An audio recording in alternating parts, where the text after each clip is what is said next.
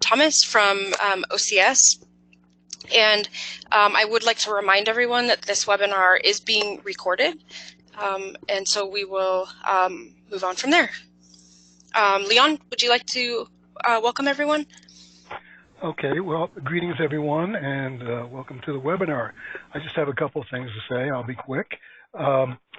We cannot require you to, at this point, to report this data that we'll be talking about because we are going through the process of getting, requesting ORB to give us updated clearance on collecting the form. And we just published in the Federal Register yesterday, Federal Register notice that we are inviting public comments to be sent directly to ORB if, in fact, you have comments or suggestions about the form. The form itself has not changed. The instructions, we may have fiddled with that to make things a little bit clearer, as we've heard from people in the field. So when we know that we've gotten clearance from ORB, and that's it's not going to happen tomorrow, but maybe I would hope within a month or so, the latest, we will send out an action transmittal advising you, notifying you of that fact, so you, you won't be surprised. But in the meantime, you can go online, and the form is up there, and you can start putting in your data. You just cannot submit it until we have clearance to collect that information. So I would not wait to the last minute to do this, especially because we're talking also about Module 2, not so much today, but I'm sorry, Module 1 is the grantee survey, Module 2 is the home energy data. So it's good to get a head start. And with that, I welcome you to the webinar, and I'll turn it back to Melissa. Thank you. Great. And I'm going to turn it right over to Ms. Kate from OCS.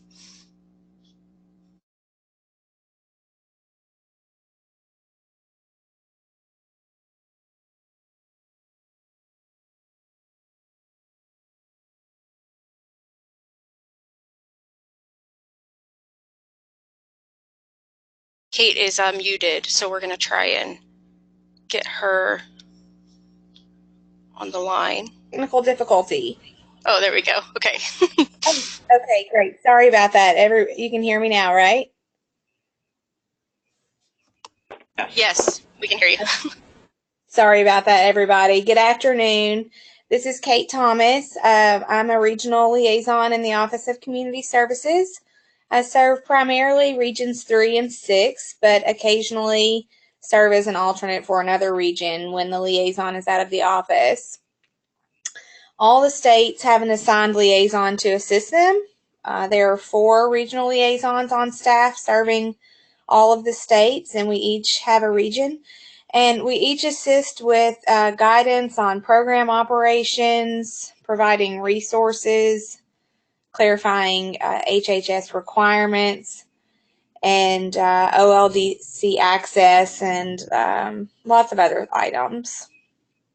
The OLDC access can be an issue when you're trying to enter your performance measure data or your LIHEAP model plan or various reports. So feel free to reach out with that request when you have problems. On the screen is the link to your liaison's contact information if you need it, and for any reason don't have it at this point already.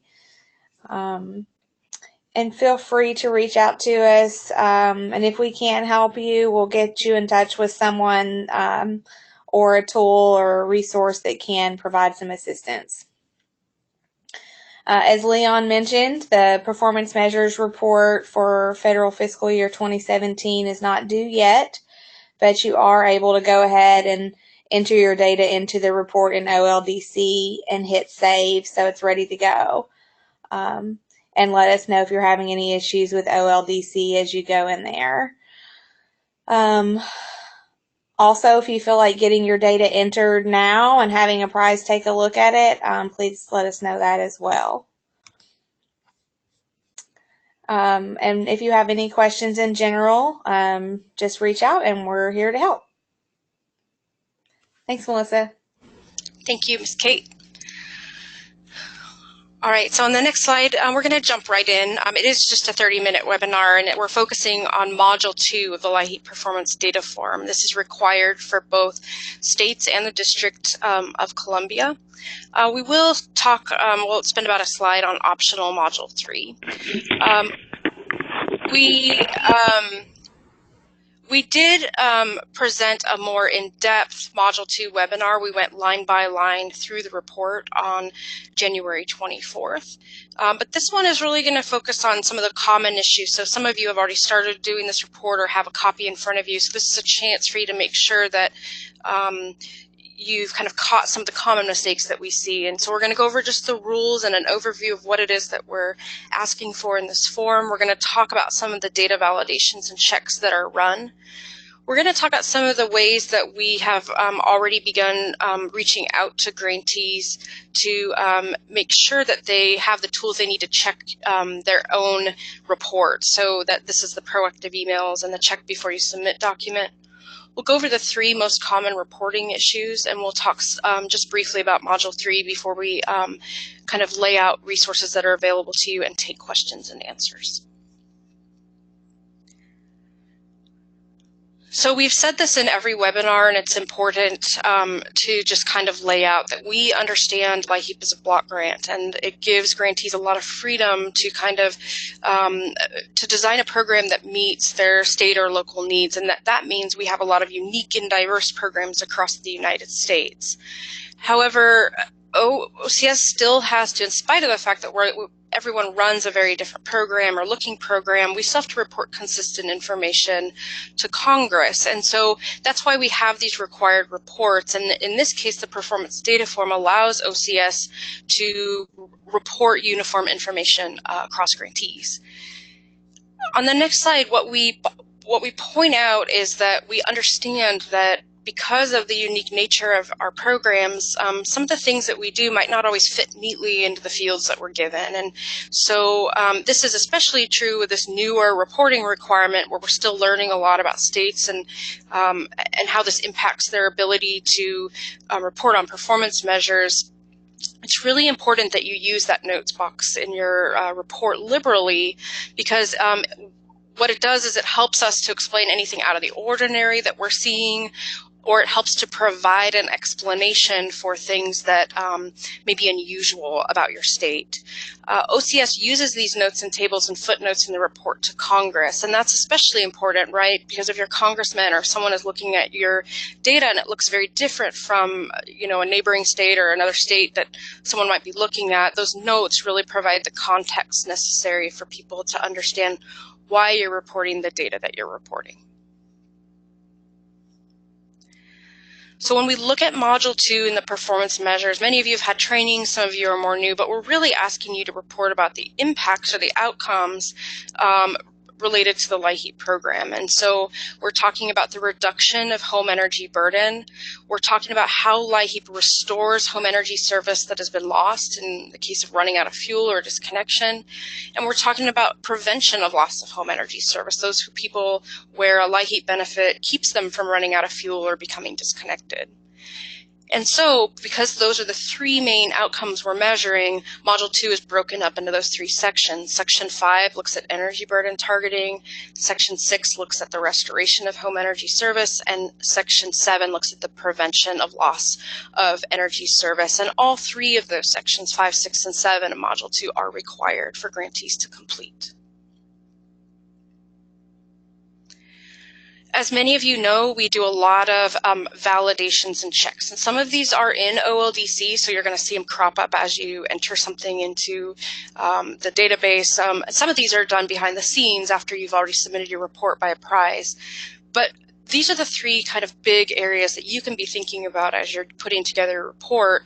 The first thing we're going to check are internal consistency checks. And so we're going to look at across different sections of your report to see if things are arithmetically consistent. For example, Section C has to have 25% of the households in Section B. And so those are the kinds of validations we'll do within the report. And we've put the reference here, the step-by-step overview of the form that we did last week provides a few examples of that. We also look at your current year data to your household report. And so more specifically, when we look at your household report, we're going to be looking at the number of households that receive bill payment assistance, and we expect that same number to be in Part A of Section 5 in Module 2. So that top line of Section 5 is going to need to be consistent with whatever you reported in your household report. And then we're also going to look at your current year data to your previous year data. So if we see that things are really varying, just way off, different from what we saw last year without a note or an explanation, we may contact you to make sure that it's not a typographical error, or to find out what you might be doing differently, or if you got different data, just to understand that difference.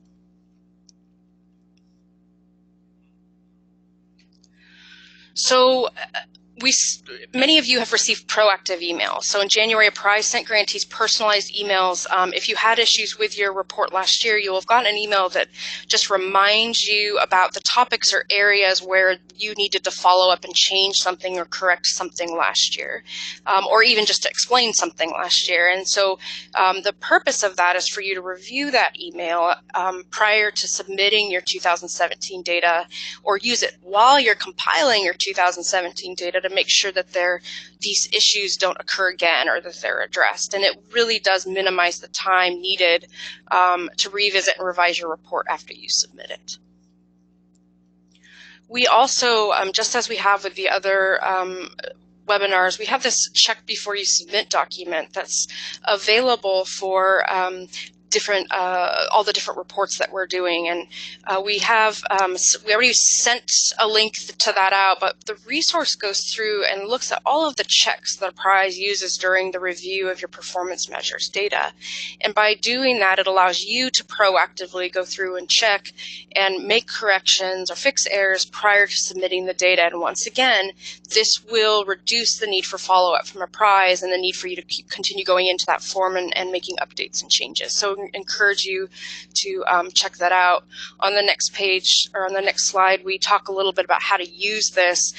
It really is a checklist, and we kind of say, if you can go through and answer yes to all of the questions, then you're ready to certify and submit. It is important to point out, for those of you who may have taken a look at it or are getting ready to, that there are a few more complicated checks that have kind of steps involved in understanding, and they're a little bit more complex, and we really encourage you to review the explanations that accompany each check to make sure you're covering all aspects of it. And if you have questions, you can contact us. We've included the link to this check before you submit document. I've also mentioned in several webinars that this is the first year Apprise is doing this. So I'd encourage you to use this yourself. If your IT folks or someone else in your department is compiling the report, to pass this along to them. And if you have any feedback about how we could improve this resource, I encourage you to get a hold of us. We're going to go through the top 3 issues identified in FY2016. And these, unlike some of the other reports where you had a fraction of the households, you'll notice that a pretty large number of grantees ran into these errors. So we're going to go through them and talk about the way that you can prevent having this error crop up again in your 2017 reporting. So issue 1 is calculating the all households column. And so this is highlighted in the red box here.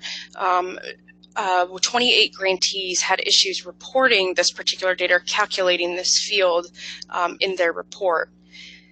There are really 3 ways to do this, and it's important to point out why. I guess you're right. The very first bullet here really talks about why a lot of folks would take just a straight average. But can you go back to the previous slide, Jorge?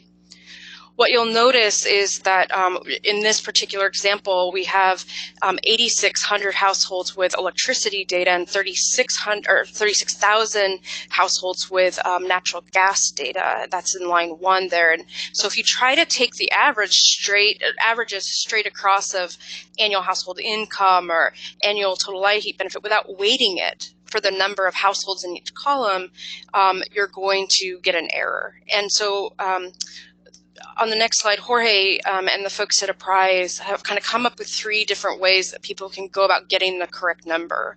And we're going to go into each of these in detail. If you want to go to the next slide. The first is just to use your database to calculate the averages directly from the data. So, in your database, you're going to have the ability to see all the households at once, and you can easily run an average on all of those households. And that's going to give you a weighted average in each of those columns. And as with each of these, we're encouraging you to call Apprise if you're running into issues or if you want help writing a query or helping your IT folks understand what is needed. The second approach is actually the one that people find perhaps easiest, and that is to go into the Excel workbook that we've provided. And there's a link here, obviously the hyperlink in here, that will let you go in and actually enter your data, and it'll actually auto-calculate those weighted averages that you can just plop into OLDC. And I love this workbook because we hear all the time that people really want to be able to put their numbers into a spreadsheet on their computer or on paper before they take it to OLDC and do the final entry, and this workbook is a great tool for that. We also think that if you do use approach 1 or the next one we're going to talk about, that this is a great way to check those numbers because it auto-calculates and would let you verify that you got the right information. Approach 2 is to calculate weighted averages. And I'm not going to go into the formula here. Not all of you are the ones calculating it. Formulas are hard on webinars, but there is, we do have a document that gives you the calculations so that if you want to just mathematically do the weighted average formula in that all households column, you can. But once again, we recommend that you check it using that Excel workbook.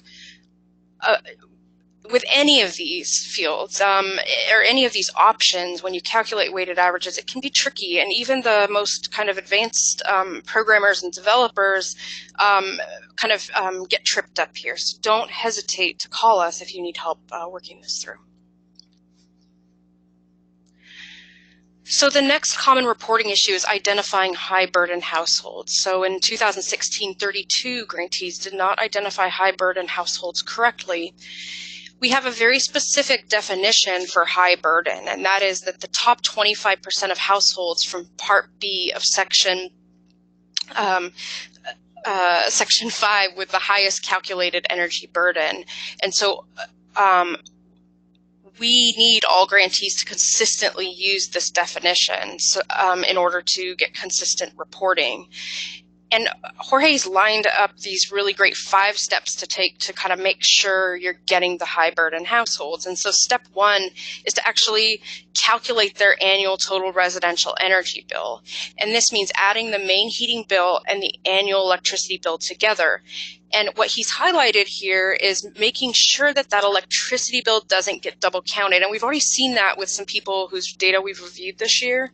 It's very easy to forget that if you're putting the electric costs in the main heating bill column, because electric is the main heating fuel type, that the annual electricity bill column needs to be zeroed out. And so when you go to calculate that total residential bill, you want to make sure you're not double counting their electricity costs. So the first step is calculating their energy bill. And then we get to the next steps on the next slide here, is to calculate the energy burden for each of these households. And so, each household would be a row, for example, on a spreadsheet. And what you're going to do is take their annual residential energy bill that you've just calculated, and you're going to divide it by their annual income and multiply it times 100. That'll give you that percentage. One of the tricks, though, is that if you just kind of buzz through this really quick and calculate people's energy burden, you do all the math right, we forget that there are many households with 0 income, which will result in like a divisor error, or you will have in some cases, people have energy bills that are greater than their income, even when they're not 0 income. And in those cases, you're going to get energy burden totals that are well above 100%. And so step 3 is going back in and assigning a value of 100% energy burden to households that have 0 income or that have annual energy bills larger than their annual income. So that's an important step. And then what you're going to do, once you have everybody in their row and you have all of their energy burdens in a column, you're going to do a sort. And I'm talking as though many of you are familiar using Excel. Of course, your database folks are able to do this perhaps right in the database, but you're just going to do a sort, and then you're going to do it from highest to lowest energy burden, and you're going to draw the top 25% of households out and bring them down to section C. And it doesn't matter fuel type. I want to point this out because one of the issues that we see is people will get to the 25%, but when they go to draw the 25% of households, they draw the top 25 electric, the top 25 natural gas, and that's not what we want you to do. We want you to pull the top 25% off the entire sample, regardless of fuel type, and we understand that that means that they're going to fall across multiple fuel types, at different levels. Okay, so the next, I would actually put this one up on my wall. I like this as a cheat slide, but it really steps through all of these steps. You look at the total residential energy bill. You then calculate the energy burden, then you then go back and make sure that all those with zero income or income that's less than the energy bill get put to 100%. You sort that list, and you can see that in this case it's sorted, and then you would pull the top 25% out and bring those households to section C. And finally, the third issue wasn't quite as prominent as the others, but still definitely out there, is that people are incorrectly reporting annual energy bills for electric main heat households in section 5. And we get a lot of questions about this. So there are really two places that collect average energy bill amounts. Line 4 looks at main heating fuel. Line 5 looks at average annual electricity bill. But for electric main heat households, the electricity bill is the main heating fuel bill. And that means that grantees need to report the average electricity bill in full under the main heating fuel bill line, and then put a 0 in for the electricity bill for electric households. And so we have an example here. So you can see in the second column that the electric main heat household has an average main heating fuel bill of $1,689. And because they're electric main heat, we've zeroed out their annual electric bill. One of the things that we see is, and a lot of programmers call, is they say, well, then when we get over and do that weighted average that we talked about earlier, all those zero households in line 5, it kind of skews that number, and we are saying that we acknowledge that that number is going to look a little funny with all those zero households, but it's important because we have to calculate the average annual total residential bill for all households, that $1,962. If you could put your cursor right there, Jorge, that would be great.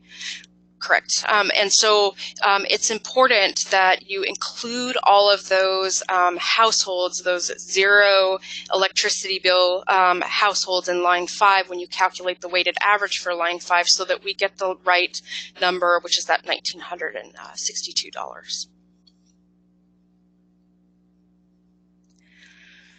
So we're going to talk about Module 3 just slightly, and I know that some folks have kind of moved full steam ahead and are already doing the voluntary measures, and others are kind of holding back. But for those of you who are able to, and many of you do have the data necessary to complete this and are ready, we have some resources available in the instructions.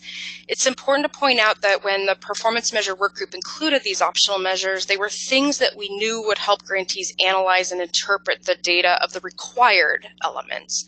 And so, for example, understanding usage gives you an additional piece of information to understand why, for example, costs may be so high in some areas, or for high burden households, or for households in certain fuel types.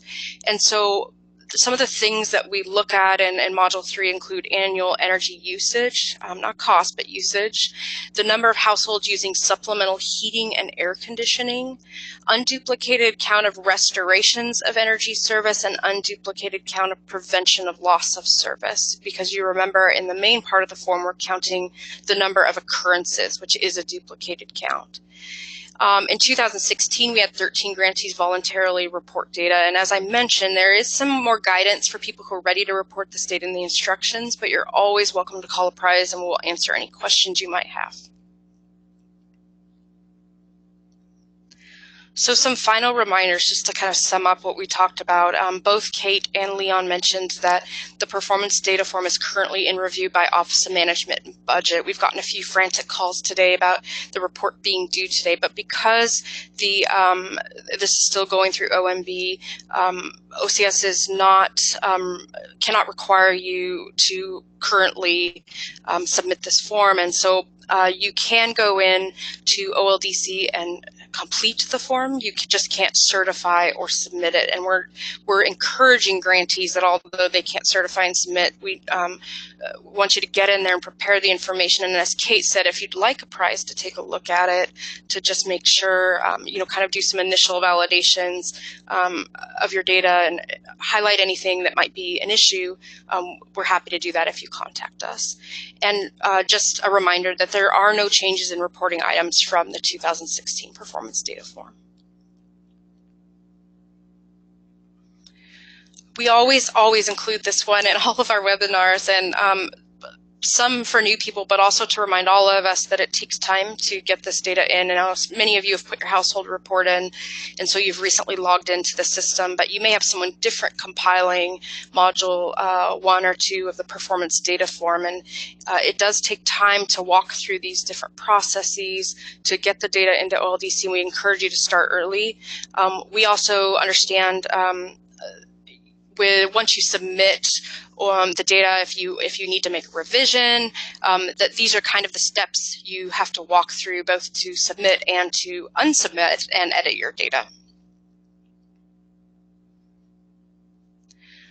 Some final reminders. We mentioned the check before you submit tool. I'd really encourage you to use this, and I'd encourage those of you who may have IT staff who are helping you, or contractors who are helping you to prepare this report, that this would be a document you would hand to them or a link you would send to them. They should be doing this kind of validation and checking for errors, but this is a great tool for them to use. Because the whole this form is going through OMB, we don't have instructions for the 2017, but keep in mind that nothing has changed since 2016, and so we encourage you to go back and look at those 2016 instructions for reference. And then we have a recording coming soon of the step-by-step webinar we did last week on Module 2. And if you'd like the slide deck in the meantime, a prize will get it to you if you go ahead and shoot them an email. On the next slide, we have resources listed for OLDC. Grant Solutions, as you know, are the folks that you access OLDC through, and their help desk information is all here. We encourage you to go into OLDC if you can get in and get the homepage. You can go ahead and get assistance right from there, but here's also phone numbers and an email. And finally, as Kate mentioned, liaisons are always there to help, and if they don't have the information or feel like someone's better able to provide it, they will get you pointed in the right direction. And same with the APRICE team. Dan, Jorge, myself, and Michelle are all listed here, and we're always willing to help talk you through. And I'd encourage you all not to save up all your questions and give us one big call, although we'll handle that, and we're happy to work with you. But don't hesitate to call us, as you're moving through the report several times. We really don't mind you calling us as questions come up. And speaking of questions, I'm going to hand it over to Jorge to facilitate questions and answers. Hello.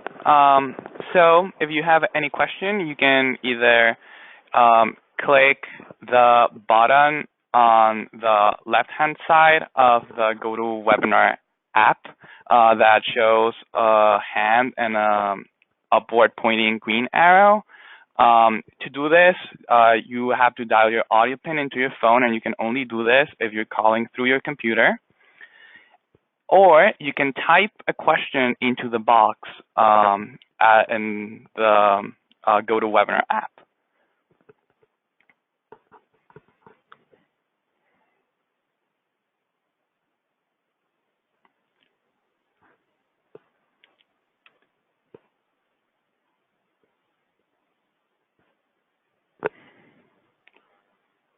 You have any questions so far? No, not yet. Okay. So it's 2:30. We'll stay on the line another minute or two, but for those of you who need to go to another meeting, we thank you for joining us. And if you come up with questions as you're thinking about this or doing this, or you didn't quite understand something, don't hesitate to give us a call, and we'll walk through the slides or your questions. And Jorge and I will stay on the line for another couple of minutes to take any questions that anyone might have. Thanks for joining us.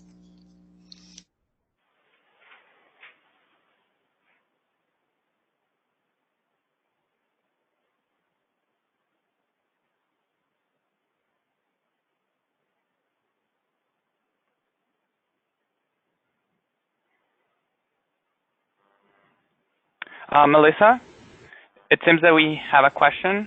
Okay. From Leslie Ann Lesko, and she's asking, who did you say we should call if we have questions after this webinar? You can call. Can you go back to that slide, maybe? Yeah. Jorge. Mm-hmm. You can call. Dan, Jorge, and Michelle are all in the Apprise office on the East Coast, and you're welcome to call them or email them. And I'm on the West Coast, so I have a different time of day. I'm up a little bit later, so you're welcome to email or call me as well. So any one of us, and we'll make sure if we can't answer your question that it gets directed to the right person.